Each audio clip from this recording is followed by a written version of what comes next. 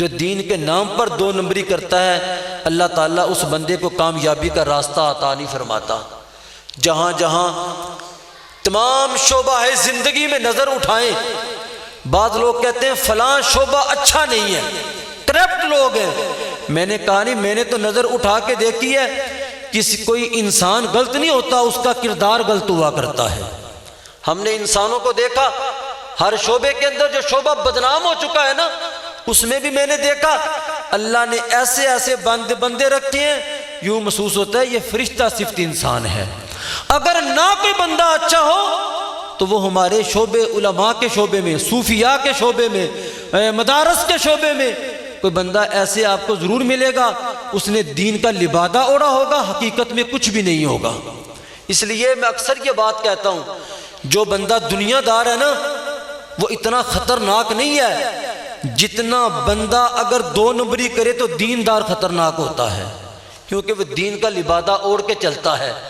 जो इमामा बांध कर, बड़ा जुब्बा पहनकर जो बंदा दाल लगाने की कोशिश करता है ना, वो जवारी बंगी दो नंबर बंदे, उनसे ज्यादा वो खतरनाक है। जिस तरह हम कहते हैं ना यहूदी, ईसाई, हिंदू, ये इतने खतरनाक नहीं है जितने ये कादियानी खतरनाक हैं। उसकी वजह क्या है कि कादियानी कहते हैं हमें हुकूक दो। वे कैसे हुकूक चाहते हो, पहले बताओ तो सही, तुम गैर मुस्लिम हो ना? क्या यही कलमा सामने रख के लोगों को पढ़ के दिखाते हैं हम तो मुसलमान हैं, और यही कुरान सामने रखते हैं। हालांकि इस कुरान के साथ और साहिब कुरान पर जो नाज़िल हुआ कुरान, इस कुरान और रसूलुल्लाह के कलमे के साथ उनका कोई ताल्लुक नहीं है, इसलिए ख़तरनाक हैं। तो दीन के मामले में जो लिबादा ओढ़ कर दीन का आगे बढ़ता है वो एक दुनियादार बंदे से ज़्यादा ख़तरनाक है। तो इन लोगों से भी अपने आप को बचाओ।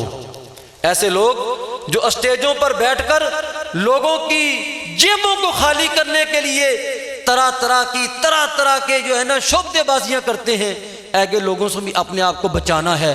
और ऐसे दो नंबर जाली पीर हजारों लोग उनके पीछे हैं। बाज बंदे कहते हैं आखिर इसके पास कुछ है तो लोग हैं ना।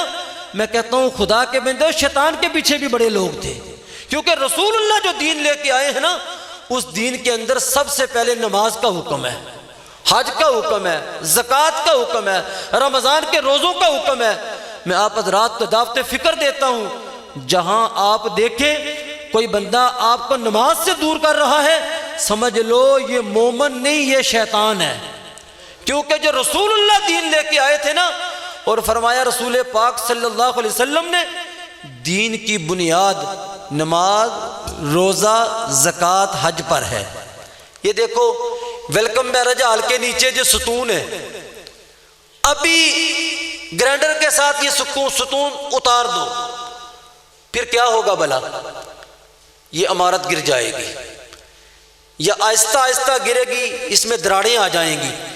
बताओ तो सही, दीन की बुनियादें, दीन के सतून नमाज, रोज़ा, ज़कात, हज है। अगर इन्हें दरमियान से निकाल दिया जाए, बताओ दीन की इमारत बाकी रहेगी? दीन की इमारत बाकी रहेगी? तो जो बंदा इस इमारत को गिराने की कोशिश करता है ना, दीन पे हमला करता है, उसका साथ नहीं देना, उससे अपने आप को बचाने की कोशिश करनी है। तो फरमाया कु अनफुसकुम व अहलीकुम नारा, अपने आप को और अपनी औलाद को बचाओ, अपने बेटों को, अपनी औलाद को, अपने मातहतों को दीन की दावत दो। तरीक़े पैगाम मुस्तफ़ा पाकिस्तान, करिया करिया, बस्ती बस्ती, नबियों के इमाम मोहम्मद सल्लल्लाहु अलैहि व आलिहि वसल्लम के दौर की याद को ताज़ा करने के लिए मैदान अमल में आई है। लोग कहते हैं मस्जिद से क्यों निकले हो? मैंने कहा रहमत आलम सल्लल्लाहु अलैहि वसल्लम ने बैतुल्लाह को छोड़ा था और ताइफ के अंदर तशरीफ़ लेके गए थे। बरकतें तो सारी बैतुल्लाह के अंदर थी, ताइफ में क्यों गए? रसूल पाक सल्लल्लाहु अलैहि वसल्लम मस्जिद नबवी के अंदर तशरीफ़ फरमा थे, बदर के अंदर क्यों तशरीफ़ लेके गए? आज मस्जिदें खाली हैं, नमाजी नज़र नहीं आते। हमने अगर यहाँ प्रोग्राम किया मस्जिद से बाहर, तो हमारा जो मेन मकसद यही है, इन लोगों को हम मस्जिद की दहलीज तक लेके जाएं। हमारा काम है पहुँचा देना दीन की बात, और आगे हदायत अल्लाह के हाथ में है। तो हम सिर्फ दीन का होका देने वाले हैं, करिया करिया बस्ती बस्ती हम दीन का होका देने वाले हैं।